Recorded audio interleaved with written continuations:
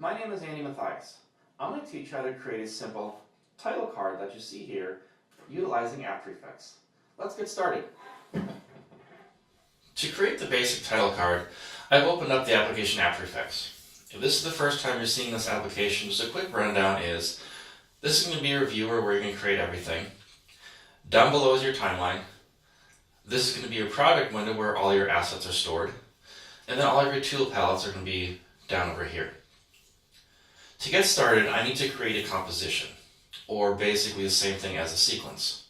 So I'm going to go to Composition, New Composition. I want to make sure the size and frame rate matches that of the sequence that I'm going to be putting this title into.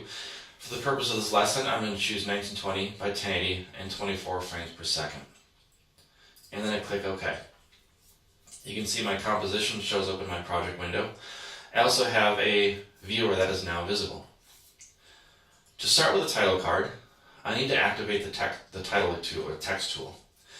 Those tools can be found across the top over here. I'm just going to click on the T for the text. I can click anywhere in my viewer, and you can see it creates a text layer in my timeline. Now I just need to begin typing my title.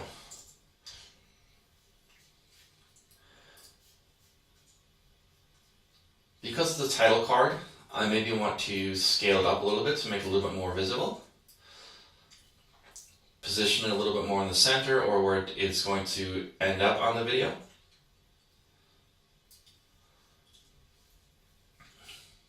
And I don't want it to just always be on screen, so I need to give it a little bit of an intro and an outro. And for simplicity's sake, we're just going to fade in and fade out. To get to those parameters, I'm going to drop down the arrow here, go to Transform, and at the very bottom is Opacity. To begin, I'm going to start by creating a keyframe at the very beginning. To do that, I just click on this little stopwatch. And on that keyframe, I'm going to drop the opacity down to 0. I'm going to fade in for about a second. Now you can change the duration that you fade in and fade out. This is all personal preference. Because I already have a keyframe on that parameter, once I change the value, it'll automatically add another keyframe. I'm going to have the keyframe on just for a couple seconds, enough for your audience to read it, and then it just fades away. So I need to add another keyframe at 100%.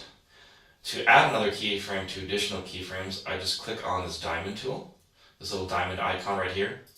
If I click on the stopwatch, it'll remove all existing keyframes, so don't do that. You want to use the diamond instead. And then go back out about another second to fade out, and drop your opacity back down to 0. So we have a title that fades in and fades out. Now what we want to do is make sure it's visible over multi-luminescent background. Now what we want to do is make sure that it's visible over various backgrounds. If this title is going over the top of a picture or a video, there can be light areas and dark areas mixed in, and you want to make sure that that title is going to be visible over the top. To make sure that it is, I'm going to bring my playhead to the middle so I can actually see the title. I'm going to turn on what's known as my transparency grid. This is basically just a grid that allows you to see how it will look over different areas of light and darkness. You can see that it is a little bit light against a light background, so it's kind of hard to be visible. Quick fix for that is just by adding a simple drop shadow. To add a drop shadow, I'm going to control click or right click on the layer. I'm going to go to Layer Styles, and I'm going to add a drop shadow. And you can see now the title becomes a little bit more legible. Now when I put this over the top of a video that has light and dark areas, you can read it much better than just a straight title. The drop shadow also helps to kind of lift it away from the video as well. You can change the parameters of the drop shadow if you need to. So if I need to make it a little bit more bold, I can change the opacity to 100. If I want to change the size and feather it a little bit, I can feather it a little bit more. I can change the distance, how far it is away from the letters. I can change the angle of it as well, of where I want the light to be coming from. And now when I have that set and I'm happy with it, I'm ready to render this out to go to video. Now there's two ways you can do it. It depends on which editor you're using.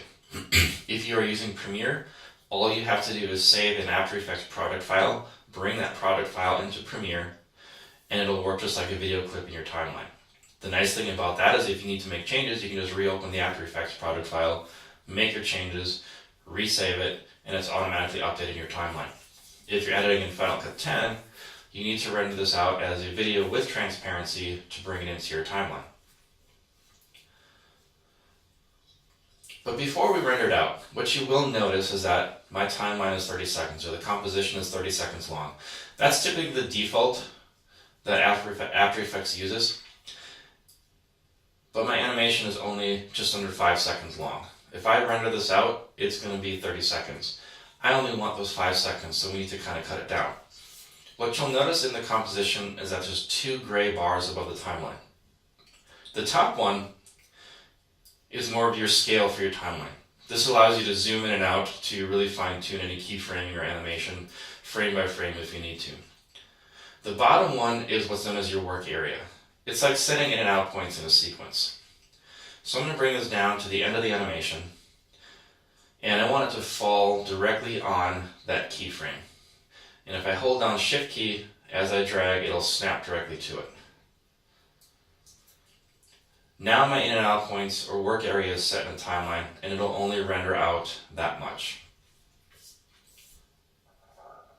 So to render this out, I need to send it over to a render queue. To do that, I go to Composition, Add to Render Queue. I'm going to double check all my settings. Under Best Settings, the main thing I look at is that the size is still the same, the frame rate matches my sequence, and that the time span for rendering out is work area only. Under Lossless, this is where I'm going to set it to be. This is where I'm going to set it to have a transparent background. I need to change the channels from RGB to RGB plus alpha. The color, I'm going to change from pre-multiplied to straight. Everything else you can pretty much leave the same. I click OK. The last thing I want to do is change the output and save it to where I want to save it. Right now it's defaulted to the desktop. If you have your own folder organizational structure for your projects, I highly recommend that you use that and save it to where you need it to be. That way it's easily accessible to your edit. And then once you have those parameters set, you just click on Render. And there you have a simple title card.